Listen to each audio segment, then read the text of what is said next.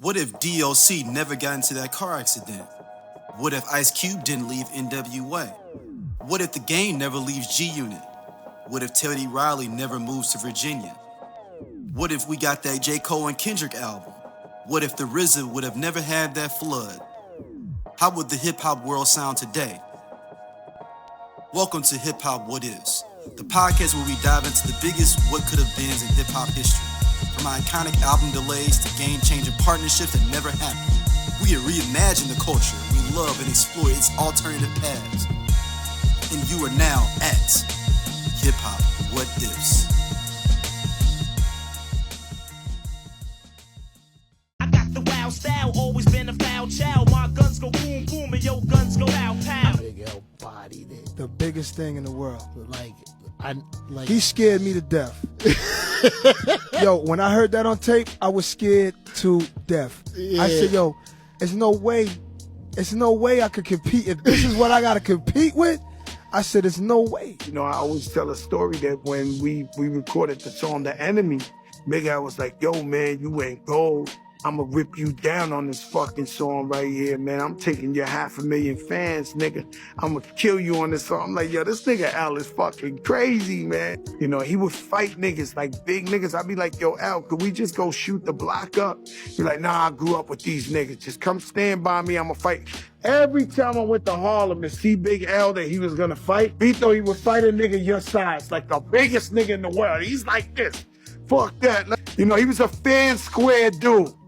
No, Big L was that nigga. Big L really, I don't like that they gave him his flowers after he was dead. Right. They should have gave him when he was here. Shout out to Big L, Children of the Corn Harlem. I mean, just hip hop, you know. He's the epitome of hip hop. You can go to Harlem 139 and see him right in front of the fried chicken store. Get a cipher with him. You know what I mean? He was real hip-hop. He was one of the first young dudes to get a record deal and get in. We all looked up to him.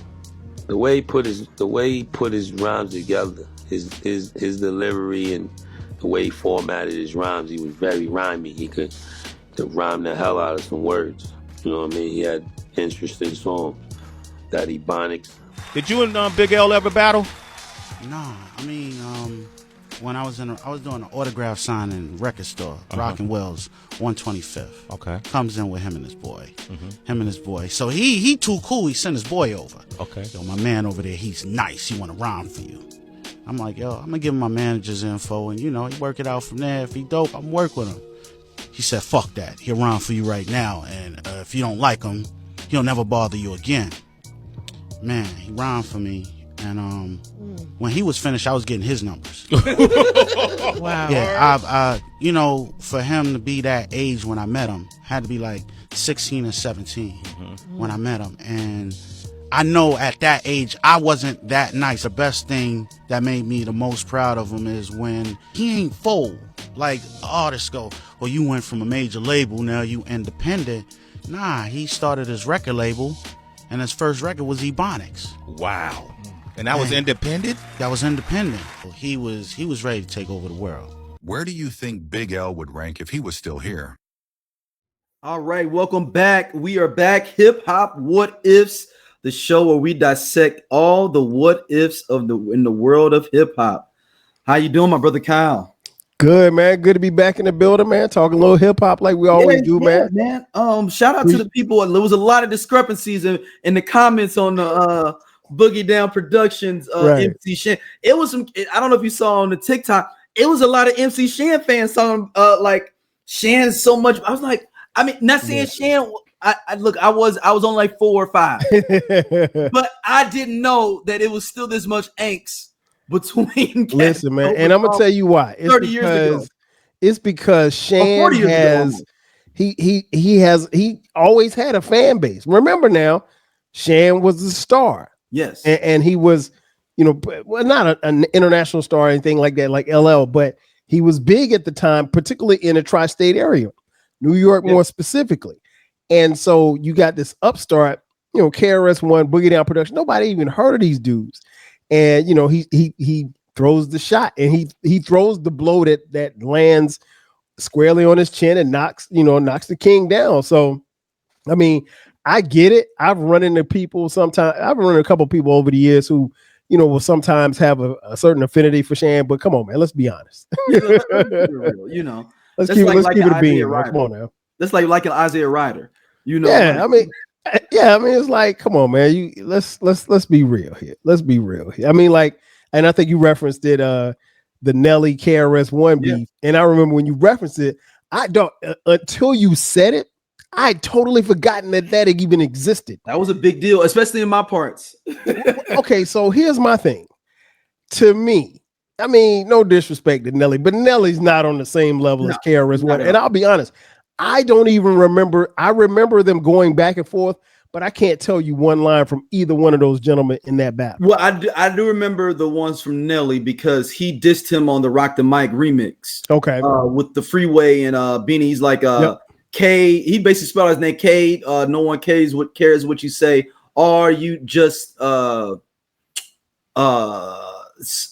stressing for one more hit? That's it. Just one more hit, you know. So and I already knew. Look, KRS-One, as we know and we talked about before, and we'll get into our main topic.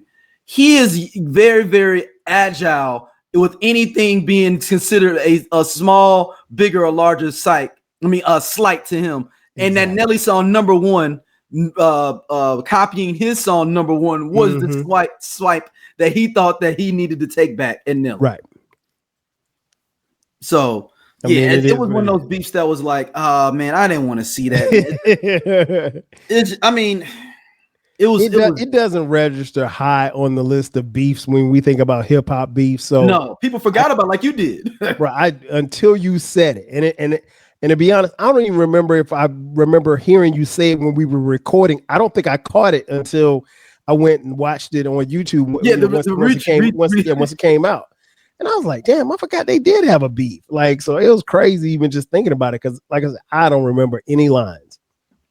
Yeah, well, we are here talking about it's one of the questions in our intro. What if Big L did not be unceremoniously killed in Harlem in 1999? Crazy thing, the day before my birthday. Wow. That was a crazy thing. The day before my birthday, Big L was killed in Harlem. Big L name, goes by his real name Lamont, which of course people don't understand. Like that was your moniker. You would take your government name and put Big in front of it or MC, and you would make the moniker yours. Grew up in Harlem. Started out with the group Children of the Corn, which was originally Cameron, Mace, and McGruff. Yep. Which was, and this is one of those things that we like. I get that people don't understand, like how you were hearing about Children in the Corn. It was Children of the Corn. Children of the Corn, like they were in high school, and it was like, man, it's these cats from Harlem that are killing it. And now people don't understand. Before this time, there weren't that many MCs from Harlem really at that time that were really getting that shine. People kind of blew through Harlem and went to the Bronx when you're talking about rap. Harlem was known for its style. It was known for drug dealers, all those different things. That's what Harlem was known for. It wasn't known for rappers until you get Mace on the scene, etc. So Big L passes away in 1999, February 15th, 1999. And previously, before that, he was signed. He was in Digging in the Crates after Children of Corn. Everyone kind of split up. He went to DITC. And you have to refresh my. I feel like Kid Capri was producing most of his stuff then.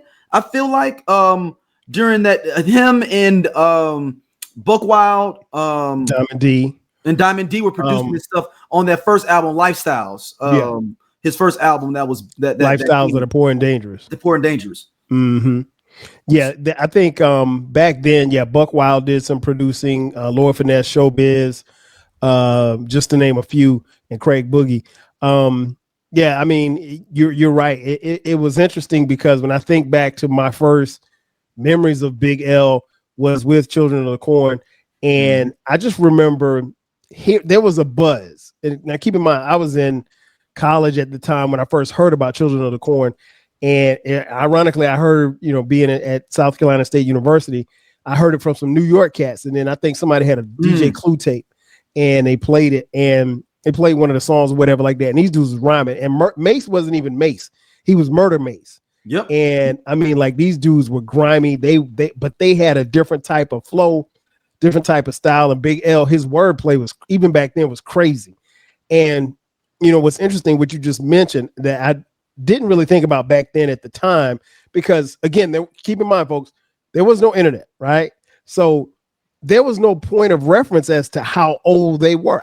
All I could assume was that we were the same age, or they might have been older. I don't know. And I think I first got introduced to Children of the Corn and Big L at around, like I said, the time when I was in college. This is like, maybe I got to college in 91. I think I may have heard them like 92, 93, something like that on that tape. And so after that, like, it was like these dudes really got something, they're hot, and they had a really hot buzz. And like I said, Big L was not that Cam and Mace were bad, but he was a very supreme lyricist even back then. And so, they had a crazy buzz, and it, like you said, but it was just at that particular time, you got to keep in mind, hip hop still, while it was global, it was still very regional. So you had people like Big L, who was very well known in Harlem, obviously, and then, in the boroughs of New York City. But when you start branching out into other cities, he wasn't probably as known. So I remember even hearing about his death. It wasn't like, because like you said, he got unceremoniously killed in 99. It wasn't like when Pac died or when Biggie died. It wasn't like, or even when Pun died, or it wasn't like hip hop stopped and everything like that, because hip hop heads like myself, we knew who he was, but there were a lot of people that didn't. And I'll be honest, there's quite a few people, particularly if you poll a lot of hip hop fans from that particular era, they didn't really get on Big L probably until the latter part of his life. And then for some, after he actually passed away. Because I didn't hear the first Big L song I heard was MVP, but not the original, the Summer Smooth mix version. Right. Okay. And I was like, oh, this kind of fly. Like, it was a jiggier version of L, but you got to understand, like, for a radio play at that time, that was where you got in, and that was a big song. That was a big song on for all my St. Louis people, the top 8 at 8. That Big L's summer MVP Summer Groove was a big song. It was a big, people like that Big L joint. But that was it until I remember reading and I would hear little small things here and there, like from in the Digging in the Crates compilation, things like that. And I remember when the buzz started that Big L was going to sign to Roc-A-Fella. Yes, that's when I think everyone started being like, "Who is Big L?" Because at that time, you got to think Jay-Z's on that label at the time. Is Beans even? Beans is already on. Beans is on there, but Beans hasn't dropped the solo album yet. No, you hadn't heard anything. Just right, you heard Reservoir Dogs. That's all you had heard from Beans at the time. And you had Sauce Money was kind of like a halfway part of the rock, but not. It was kind of weird thing with that. So really, it was just Bleak J. I remember that group, the Rangers. Yep, the Rangers. They were on Volume 2 from Jay-Z. Major Coins, which is where Emil came from. Real. Shout out to Emil. Real. What was the group? They had a song on Chris John. Which one? Which group? Chris John. Chris John, but I'm thinking the other group. Was it Diamonds in the Rough? Okay, yeah. They had the song on Streets is Watching. That was pretty dope. So they were a mismatch label at the time, and Big L was like that next signing for them, and then he dies, and then his legend. And with any artist, the legend increased. But I think his of any rapper in that era, unless you go, I guess maybe a Pop Smoke if you're talking about modern wise. His legend got bigger, like even way more. Nobody was listening to Big L like that. real on that level until he passed and the Picture This album came out. Mm-hmm. You know, and I was always like, because people's like, man, like, yo, Jay wouldn't be where he was if Big L was around. Maybe not. You know, you don't know, because I mean, like, think about it. If he signs to Roc-A-Fella and, you know, he's on that label, there's a chance that he shines obviously on Roc-A-Fella, but maybe he doesn't shine as much as he probably should because the head of the label is Jay-Z. Right. And Jay-Z's never going to promote anybody more than he's going to promote himself. So there you go. It is what it is. I don't know, until the more modern era Roc-A-Fella, there was no artist on Roc-A-Fella that was going to get more pub than Jay-Z. No. I mean, like, even we saw it firsthand how they handcuffed Kanye to some degree as an artist. You know, they didn't want to release Kanye as an artist. They was like, okay, they knew he was a super producer, right? The dude was beyond talented. Regardless of what I think about him now, I'm not gonna, you know, deny him his props for that. But, you know, yeah, he was a super producer, but they didn't think he could rhyme, and so he kept begging them and bothering them and badgering them about, hey, I can rhyme. And Dame was like, all right, well, you know, if worse come to worse, we can put Jay on the song, we put Cam on the song, we put Beans on some songs, and, you know, they'll help carry his album. But, you know, lo and behold, Kanye is the only person on Roc-A-Fella that became a star that shined almost as bright, if not brighter, than Jay-Z. Yeah, I mean, even Cam to me he is a Roc-A-Fella artist, but he's not in a lot of ways to me, because he was more of he's like Kevin Durant joining the Golden State Warriors. Like you think of Kevin Durant was on the Golden State Warriors, but he was already Kevin Durant before he got to the Golden State Warriors. Exactly. Cam was already buzzing before he got there. And it was always going to be Steph Curry's team. Right. It's always going to be Jay-Z's squad. Roc-A-Fella is always going to be associated with Jay-Z. That's it. I mean, like, there was never going to be anything else besides that. Yeah. So what was, like, when Big L passed, you said a lot of people weren't around. Like, when did you see people start buzzing on Big L? Like, were you like, oh man, like, this is crazy? Well, I had like an interesting thing, because by the time he passes, I'm no longer on campus. I've already graduated, so I've moved here to Atlanta. But it's interesting because I had some friends who, you know, were really heavy into the mixtape scene. And so we would always send music and exchange music as far as mixtapes. So I was fully aware of who he was and how dope he was. But it's like when he passed, there were my friends who were on the mixtape scenes, like, they were crushed. Like, they were like, damn, man, I can't believe, you know, Big L gone. Like, what are we going to do? That type of thing. Like, he was going to be the next to blow, that type of thing. And then I had other hip hop fans, more specifically, my friends who lived here in Atlanta and in the South. They weren't as tapped in. So it was like, yeah, I heard of him, but, you know, like, oh, damn, it's messed up that he's gone. But they weren't tripping like, you know, like hip hop savior just passed away. So, but as like you said, unfortunately, after some of these people pass away, their legend becomes bigger. And then people started, and this was also around the time, we're talking 99, 2000, where we're getting our hands on music that we probably couldn't get to before because of Napster, Kazaa, you know, file sharing. So you were able to, you know, if you had a halfway decent computer and you could tap into somebody that had a T1, you know, or DSL. I was on campus. That's why all the campus kids like myself was getting it. Exactly. So you could literally make yourself the best of Big L CD. And so I think that's really, for my friends who had, you know, strong internet services and stuff like that, the people who had kind of moved away from the mixtapes, that's where they found Big L. And I think that's where it kind of took off from there. And then people started going back through his catalog, because think about it.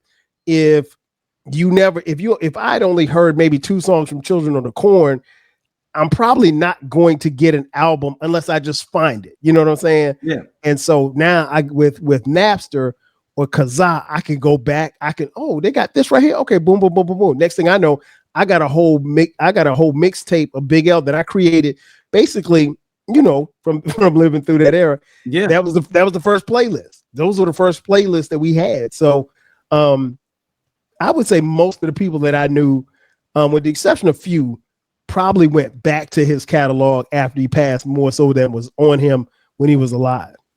What's interesting with that is I remember the besides the MVP joint, it's a couple other throwaway songs. Do you remember? I know you know when I ask this question. You remember in the source where they had like the fat tape, where it had all the different songs. So what we would do is we would just take that list and go to a Napster and try to find them and make our own source fat tape from that month. That's smart, because if you think about it, it's cost effective for you. You know what I'm saying? That you at this point, tapes are, $10, $11. Or CDs. And I'm in Iowa for schools. No way I'm gonna get one. Yeah.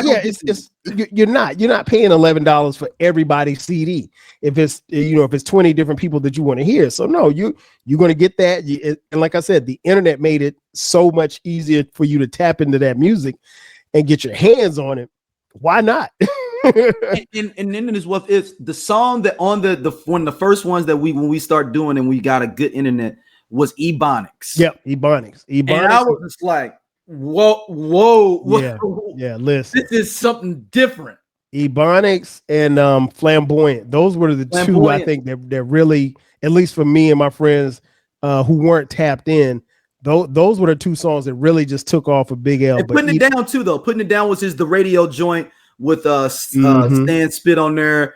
I guess that wasn't the original verse. It was originally on something else, I guess. And then Pete Rock, touched it up or whatnot. And it was just like it just went off. And then on that, I believe on that Big L, isn't that the one, or is that later on Deadly Combination with Pac? Deadly Combination was on. I want to say that was on The Big Picture. Let me see here. Yeah, that was on The Big Picture. Okay. Yep. So yeah, that's all on that album, and this album comes out, everybody, August 1st. So it was a year after he passed. Yeah, and it just went like wildfire. So then all these what if scenarios start popping up of like, man, would Cam be as big?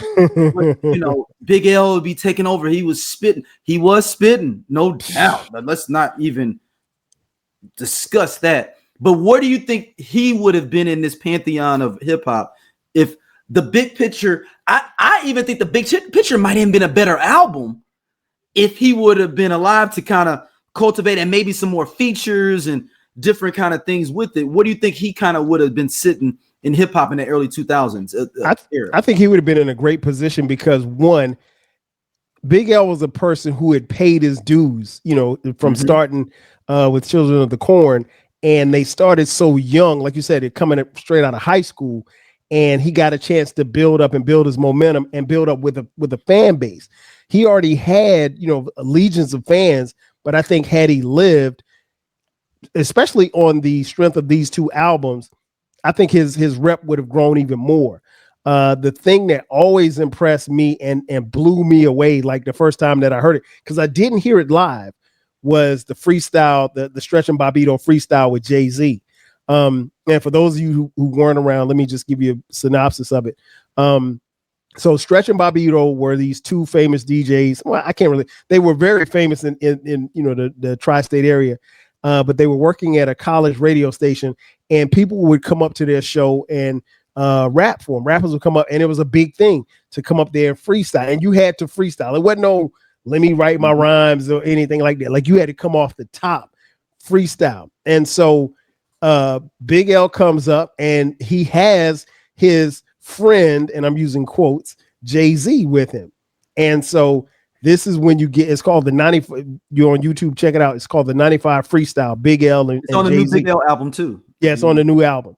And so Big L destroys it. And he destroys Jay-Z to the point of, even though Jay-Z's his man and he's with him, Big L rhymes twice, Jay-Z only rhymes once. And the reason why is because after Big L's second rhyme, it wasn't no need for us to hear Jay-Z anymore. And we was here for Big L.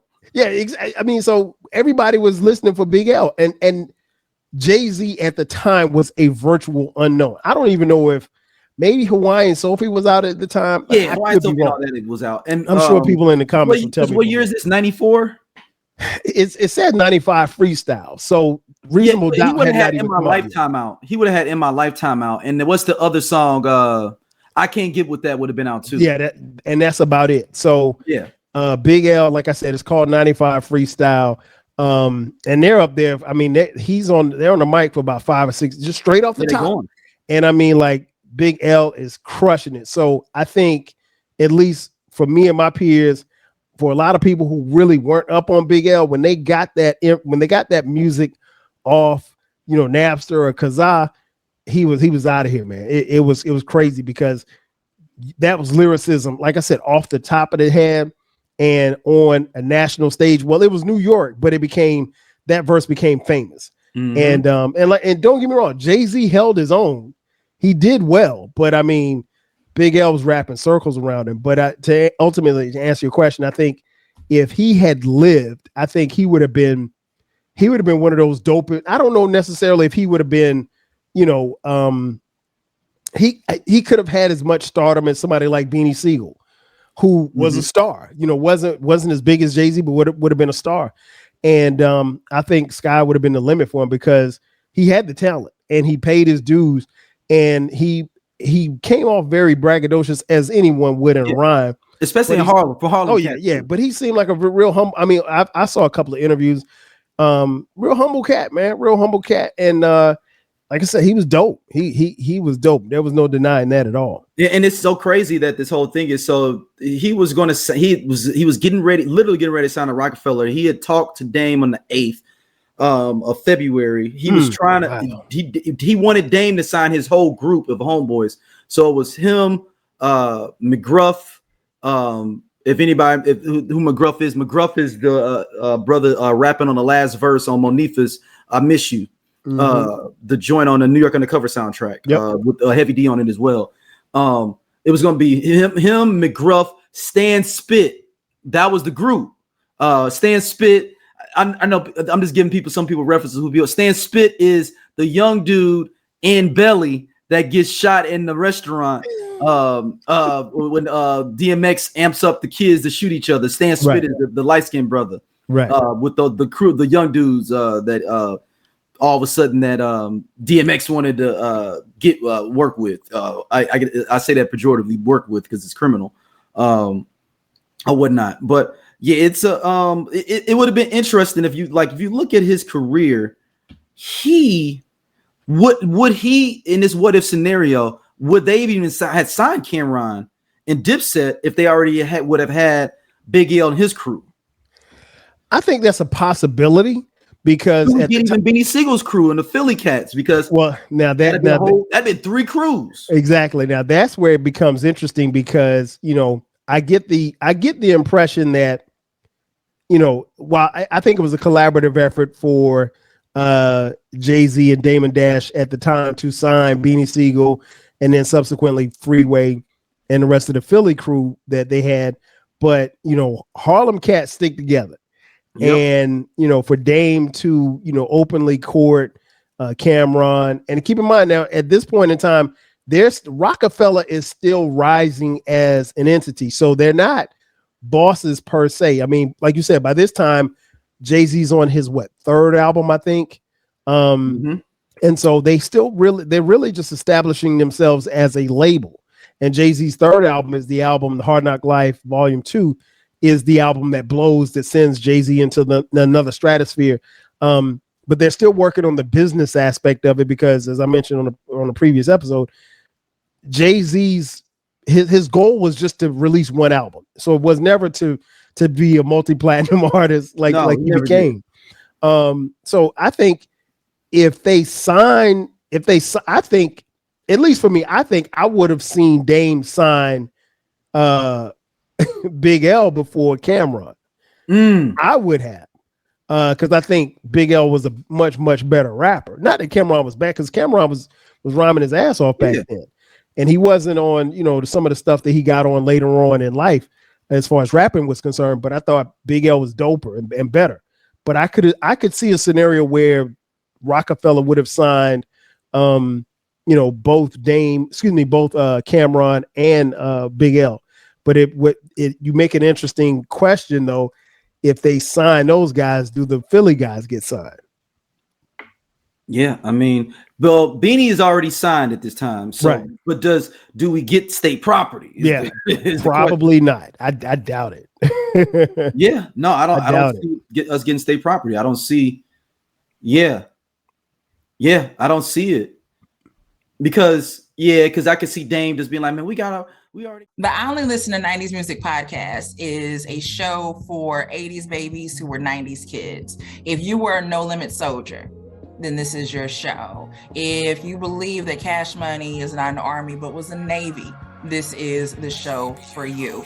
If you and your friends ever tried to sing a song written by Escape, In Vogue, Shy, or Boyz II Men at a talent show during middle school, this is your show. The I Only Listen to 90s Music podcast is a bunch of 80s babies talking about all the songs and things that we loved when we were kids and teenagers. So if you went to the skating rink and you were at a lock-in, this is the show for you. If you think that Tevin Campbell was the original Prince of R&B, this is the show for you. If you don't understand the conflict between Monica and Brandy, but you're kind of on Monica's side and understand why Brandy got punched, this is the show for you. Make sure that you tune in, subscribe, click the little subscribe link. We're here. We're going to talk about all things 90s music. This is the show for you. Got 2-3 different you know, it's all, you know, don't even worry about it, you know. Mm-hmm. You know, and then yeah, because some of those cats on the label were from Brooklyn cats too. Like I believe the Rangers are from Brooklyn. Right. You got Memphis Bleak from Brooklyn. Jay obviously from Brooklyn. Biggs is from Brooklyn, but he wasn't a rapper. But so I could see Dame's trying to stack the deck with what was the name? Try to pack the court court by having some more Harlem Nights in that building. All of them stick together. Yeah, and the thing that was interesting about Big L was he was street affiliated enough, but also very he was respected street rap wise and lyrically, which a lot of rappers even today can't do both and have feet in both sides.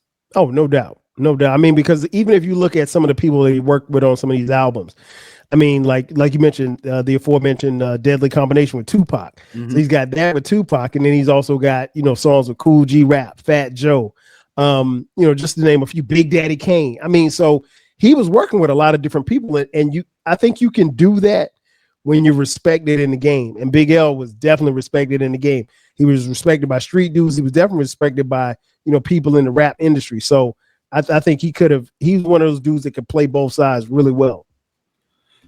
Yeah, in Big L's lyricism, do you think that would have been a major threat to Jay on that Roc-A-Fella label?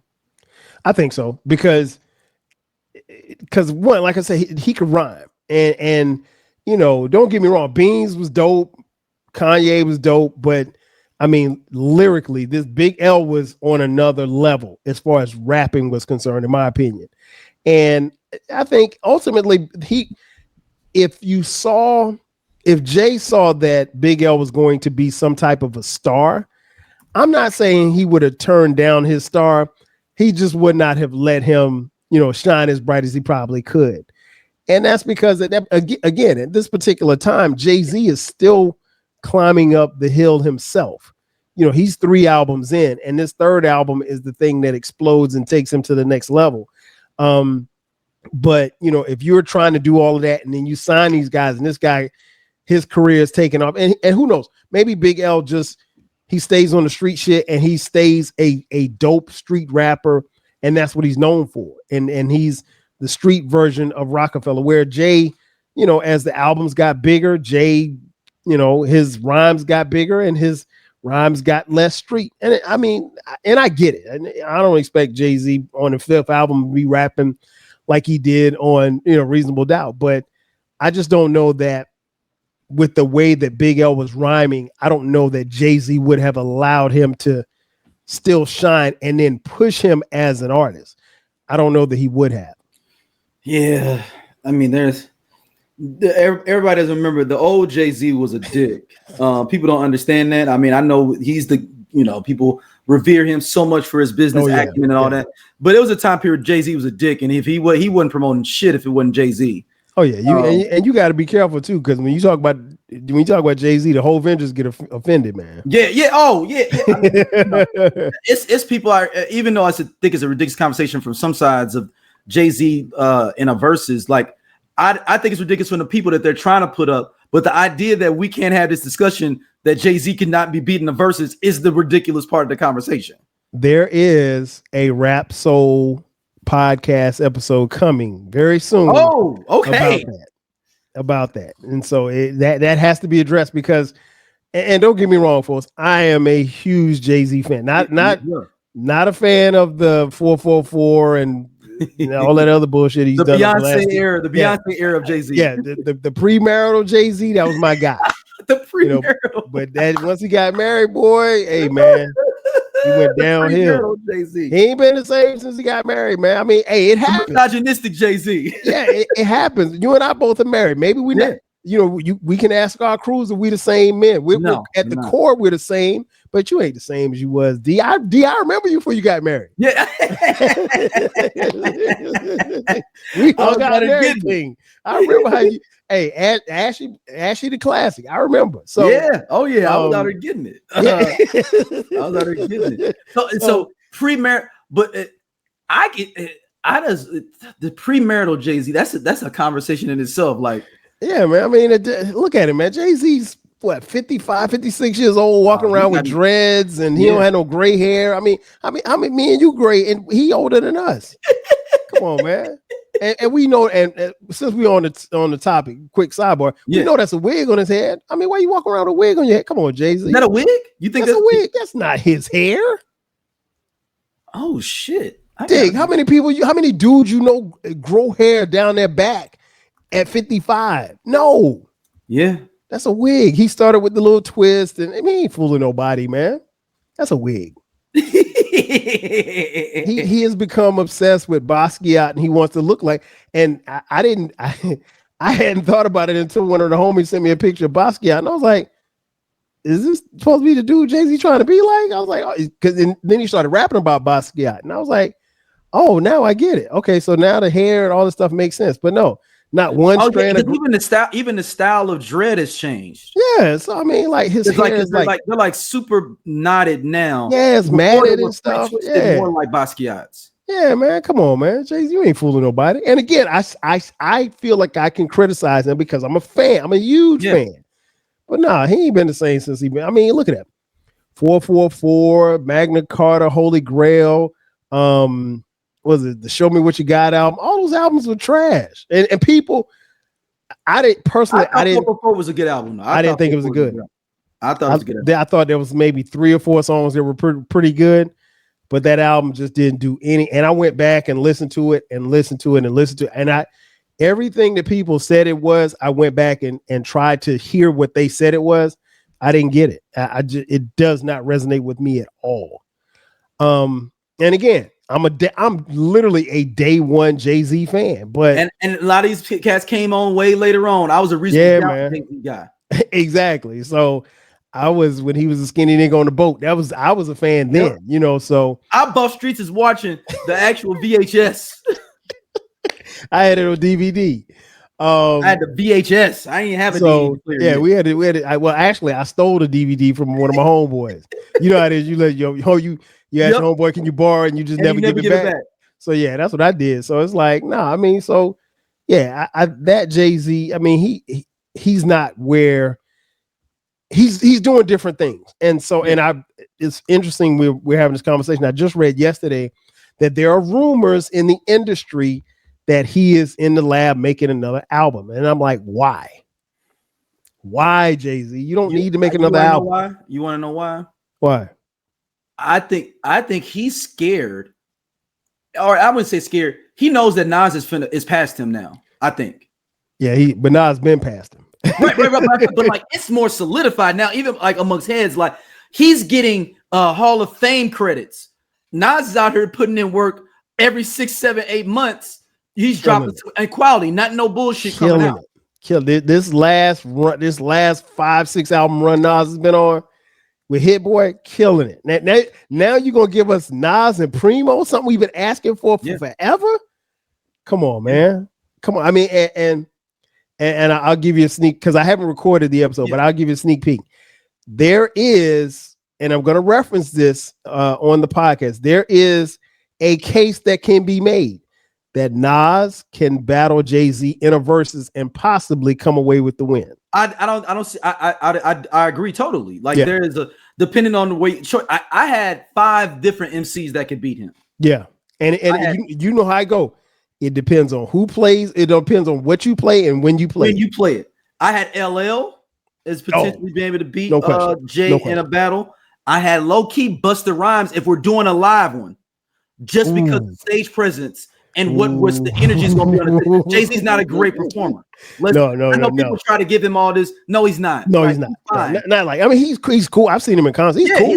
He's cool. But he's got way better. He's got way better. No, but Bus in concert, and that's the thing. We just ain't playing push and play on the songs, y'all. We're talking about this new format of verse where performance is involved. Right. I was saying I think on the lowski Snoop would beat him too. Here's what I'll say about that. I think Snoop is in the discussion, but I think where it might trail off is that the post Dre No Limit stuff from Snoop, that's where he may run out of hits. Oh no, you sleeping on some joints. Think about the Pharrell run. Okay, I forgot about that. You got the Pharrell run. You got the Pharrell run. About that. So he did have a run with that, but I mean, that's what I'm saying. Snoop had some other joints, and then think about some of the guest joints that he got out there. That's in the wild. He could, if you add his guest verses, you could make it competitive. He could definitely give Jay a run for sure. Yeah, and I'm not saying Jay wouldn't win, and it's not like we don't respect Jay, but it's this carte blanche thing of like he would just. I don't think any MC could. I think any MC could lose in a versus. Oh, no question. I remember. It's funny, man. I remember. It was who did the verses with RZA. Was it Timbaland? No, it was RZA. It was RZA and somebody. Hold on. But I remember watching that versus, and I was like, I think it was Timbaland. I can't remember, but whoever it was RZA and somebody, and it was Premier. Okay, RZA and Premier. Yeah. Okay. So on the surface, I'm like, man, Premier is getting RZA out of here, and Premier was playing. Go back and when you get a chance, go back and watch that versus. Premier was playing some. I mean, absolute smokers. And Premier, I think both RZA and Premier, I've got both of them in like my top 5. Definitely, if you don't put RZA in the top 5, I think RZA is probably top 10 producer of all time. Yeah. And so, but as they started going down the list, man, the RZA started throwing out some of these bangers, some of these smokers that you had forgotten about. I'm like, I'm like, wait a minute, I forgot about that. And you only need 20. That's it. All you need is 20. And RZA had 20. And and that was what I remember that versus. It was a huge debate as to who won. Everybody was saying Primo, but I don't think Primo got him. I think the RZA got him. I'm gonna go back and watch that. I think the RZA got him. I think it's just it, but I think it was a case of the RZA knew what to play when Primo went to kick in the door, RZA went to this. When Primo went to the Gangstar, he went to this. I mean, like both of them had smokers. I mean, like there was no bad songs that were played. So, and that's how our versus is. I mean, we just saw the at the time of this recording, we just saw the Cash Money No Limit versus. Yeah. And I saw y'all. Cash Money was gonna smoke them, myself included. I did too. And the thing I said was, I think, and I watched y'all talk about it. Mm-hmm. I think Cash Money had bigger songs, but if you go back to what you just said, the performances, No Limit was killing them. Yep. I mean, the energy, and I didn't like the fact that it was in New Orleans. I mean, it wasn't in New Orleans. I kind of get why they said they didn't do it in New Orleans, but that crowd was way too young and way too not into it. Yeah. I mean, everybody's standing there with their phones. Man, put your phone down. You ain't got to record. This is a once in a lifetime thing. That these two crews, I mean, they ain't got no beef with each other, but they don't perform together like that. No. We've never seen them share the stage, and we may never, unless you see them in concert, you may never see them share the stage again. And to have that and just man. But yeah, I thought, and when I was watching, I was like, I mean, every No Limit song, I was like, this is my house. Mm-hmm. And then the next thing I know, I'm like, yo, Cash Money is in it. And D, I didn't think they was gonna be in it. I thought after about 6 or 7 songs, they might be out of it. You said No Limit is in it. I'm sorry, I thought it got to round about 4 or 5 or 6. And I was like, I think No Limit might be winning. I was like, No Limit is. I was like, they really in this thing. And then, you know, Mia X and Juvenile, I think were both the MVPs. You know, they were, and I voiced my opinion. I'm not a fan of rapping over your own tracks. I can't stand that shit. Me too. You know, but Baby and, you know, Manny Fresh, and, you know, BG looked like he was just high and happy to be there. You know, so, but and rest in peace, Young Bleed, who we heard just passed away. Yes. That song, How You Do That, come on, man, that was everywhere. That was so big. but that's the reason why they should do some of these verses, because, you know, that was that's the last time we saw Young Bleed perform, and he passed away like 2 days later. But yeah, long story short, there's not there's a path where people, it's not a foregone conclusion that Jay-Z is going to wipe out everybody in hip hop doing the verses. Yeah, I just think you're not fully in tune in hip hop if you believe that. Let me ask you this, and I know we're still on sidebar, but and I know it's probably never, it ain't ever gonna happen. What about a verses from Puff and Jermaine Dupri? Because they got it. And you know what? I think that's the best matchup of verses you could make outside of Sade versus Anita Baker. I think that's the best. And low key, now you can take me down conspiracy avenue here. Okay. I think that's the way Puff can get back in. Man, Puff ain't he can't. No, hear me out now. He could, but I ain't saying next week. Obviously, I'm saying Puff gets out in 2 years or so, right? Mm-hmm. They let him simmer for another 2. Now, verses may not be existing then. I'm just saying, I don't think it'll be around then. It may not be around. I think 2 years after Puff gets out, that could be his olive branch to get back in. If they had done this before Puff went to jail, and obviously nobody knew Puff was going to jail, because I don't think anybody thought anything until they saw that Cassie tape. I think this is the hardest verses to predict to me. Yeah, I mean, like, depending on how I wake up in the morning. Like, you remember the Babyface Teddy Riley one? Yes. I think it'd be the same. Like, it's just like, and Teddy Riley messed that up because doing too much, man. If he had had his shit together, he would have. And people came in with the salty face on him on the second one, so it was like people didn't even want to give him a chance to win it. Yeah, the second one wasn't. I mean, like, you can't put that lightning in a bottle, man. You either have it or you don't, and I think they missed the opportunity. But I think that would have been like a crazy. I mean, like you'd have a hard time picking 20 songs between Jermaine Dupri and Puff.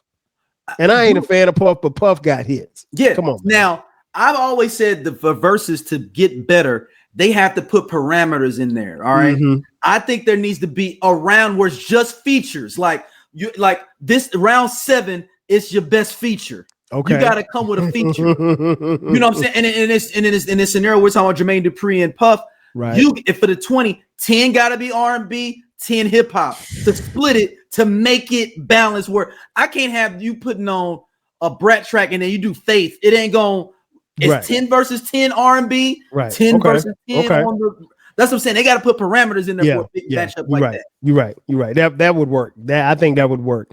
But I think now going forward, since we don't have two huge acts like that, they could probably do smaller acts, but they'll have to do like what they did with this one, where you got 10, I got 10. I don't know. I think we may have run out of people that you can just get. I know it's some more. They gonna have to spend some bread though.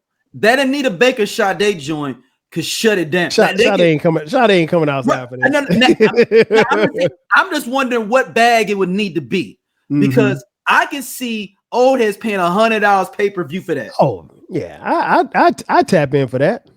Think about how many I know that could probably be the big. And I need to look that up. What is the biggest pay-per-view musical pay-per-view? I think it would blow out whatever it would be.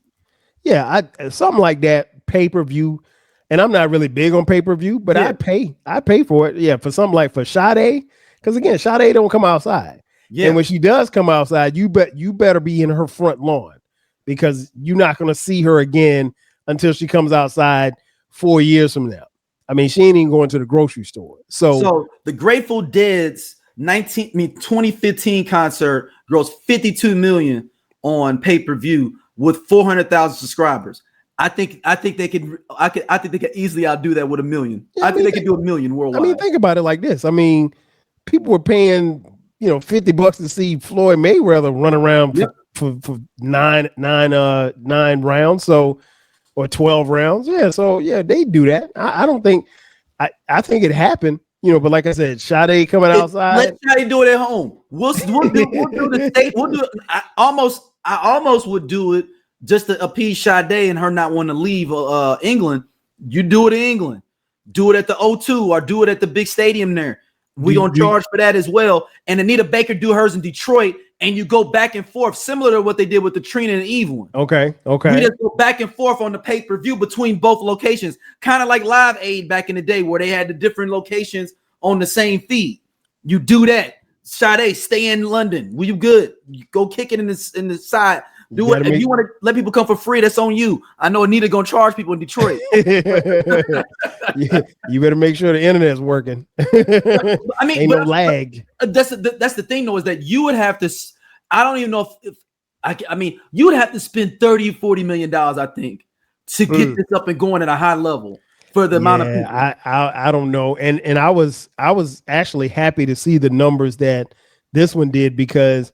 At first, when I heard about it, I was like, man, okay, it sounds dope. But then when I saw when it was going to happen, I was like, damn, you got college football on TV. You got, at the time, the World Series was on, NBA, and it was a Saturday night. I was like, damn, I don't know. I mean, we do a little bit of Halloween stuff that and it's like, you got to remember, too, at the height of what the Versus was, we were all locked inside. Everybody, we back outside. We've been outside for a couple of years now. So the idea of people being locked in on their phones or their computers or, in front of a TV for an hour. Well, at least in my mind, I was thinking 3 hours, but it was actually just an hour and 15 minutes. Yeah. I don't think that was asking for too much. And I think if you got that going forward, they can keep it going. Yeah. I mean, and when we're talking about Big L, who would you have liked to have seen Big L do a versus with? if they could be dead or alive? Well, I think Big L probably could do a versus with someone who was kind of like on his level because you only talking about, a handful. I'm saying 10 for him because he didn't have a lot. So 10, okay, so 10. Do you do him against Pun? I'm just saying they got enough. They don't. Both of them only have 2-3 albums. That would be interesting for New York. That would be definitely interesting for New York. And both of them, made their way up through, kind of like with the same crew. Both tied to Fat Joe. I would love to see that. I would love to see that. Now, Pun got smokers, man. Yeah. Oh, no. I'm not saying he don't. I'm just saying. Pun got they both don't have enough material necessarily to do 20, maybe. And Pun got verses. He got verses. Now, do you do something different with this one? In my idea for this, Big L versus Pimp C. I think you better keep it for that particular time frame. I think you better keep them in the same region because if you go New York versus Houston, it's just gonna be it's gonna be regional bias. Yeah, it's gonna be regional bias because because there are gonna be a whole bunch of New York dudes with Timberlands are gonna be like, man, get that South shit out of here. But you just don't understand how funky Pimp C was. Chad Butler was super talented. Rest in peace, man. That dude. There's some things that I still hear on UGK albums that I'm like, damn, I ain't hear that chord. And then you go and look at the track listing. He produced the shit. Like he ain't just rhyming on. He produced it. Man, have you ever heard the story about Pimp C with D'Angelo? Yeah, man. I heard that the other day. That was crazy, right? Hey, Pimp C said he didn't know he needed to go get the manual because he didn't even know that you supposed to be able to do that with the And listen, that just goes to show you how talented, rest in peace. That just goes to show you how talented D'Angelo was, because the ASR 10 is a very complicated. I've sat behind one, not that I can play one, but it's a very complicated machine.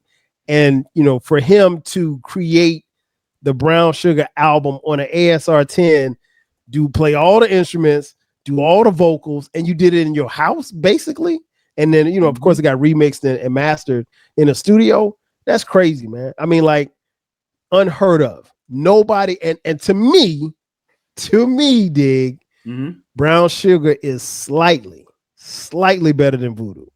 Not by much. You said slightly better than what now? Voodoo. For me.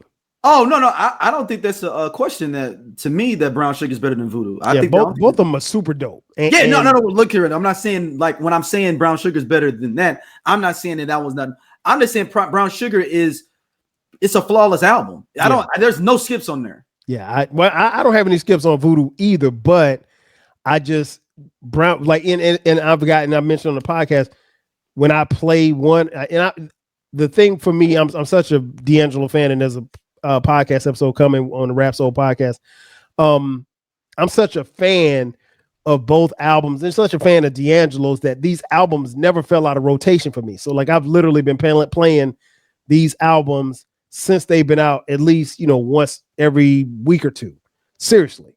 So, like, and I've gotten to the point over the last few years where if I feel like hearing Brown Sugar, I gotta play Voodoo after. If I hear Voodoo, I gotta play Brown Sugar. I never listen to them without playing both of them back to back. Yeah, because you get in that mood. I mean, like, and it's feel good music, man. But yeah, that just goes to show you just how talented that brother was, going way too soon at 51. Pimp C going way too soon as well. Like I said, super talented. I would have loved to have seen where he and Bun B would be right now. Shout out to Bun, who's killing the game, doing his thing business wise. But yeah, it's good to see. But yeah, super talented. We lost some really talented people in hip hop and in the music industry. We've lost some really talented ones. But if there's a silver lining in losing, some of these great artists, is that we can always press play and bring their music and bring them back to life. They gave us they soul. They gave us no question. They had. No question. And my final question and discussion here. Big L is Big L to you too. This is a two-parter, I guess. Is Big L in your top 50 rappers of all time? That's part one. And if you answer that no, do you think if he would have lived on in this what if scenario, would he may have gotten in your top 50 rappers of all time? I could definitely put Big L in my top 50. He probably is not going to be anywhere below 35, but if he were still alive and still making music, there's no question he'd probably be a lot lower. So even if I said, let's just say I have him at 47, so he's in my top 50. But I think if he had lived and been able to create and produce more music, he definitely has a chance to move up on that. But the music that he gave us was dope, and I would tell anybody who hasn't heard of Big L or heard any of his music, go check out the new album that's out, and then go back to his old stuff too, because his old stuff is still flawless, man. I mean, he's still a rhyming ass dude from Harlem. But yeah, and it just go. And I'm gonna check out if you checking out, jump in the comments. Let us know what you think about the new album as well. It's I need to check it out. Actually, I'm gonna check it out after we're done with this.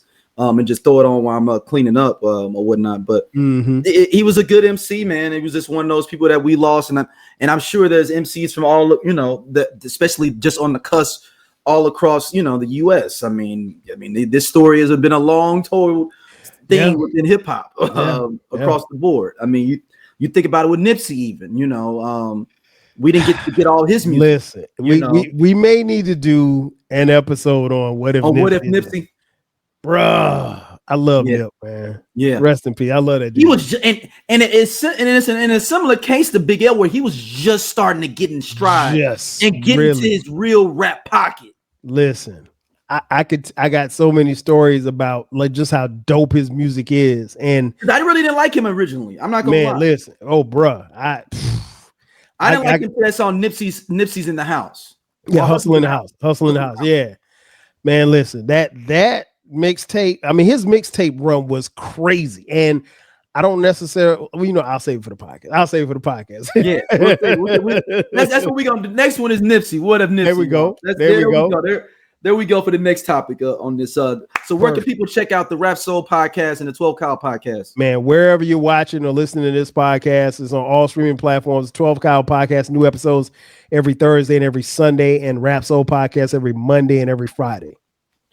All right, man. Well, thank y'all for listening as always. We will be back. So make sure you hit us up, hiphopwhatifs@gmail.com. Give us some topics, some ideas, what you think. Debate with us. Jump in the comments. Yes. Like, subscribe, all that good stuff. And we'll see y'all soon.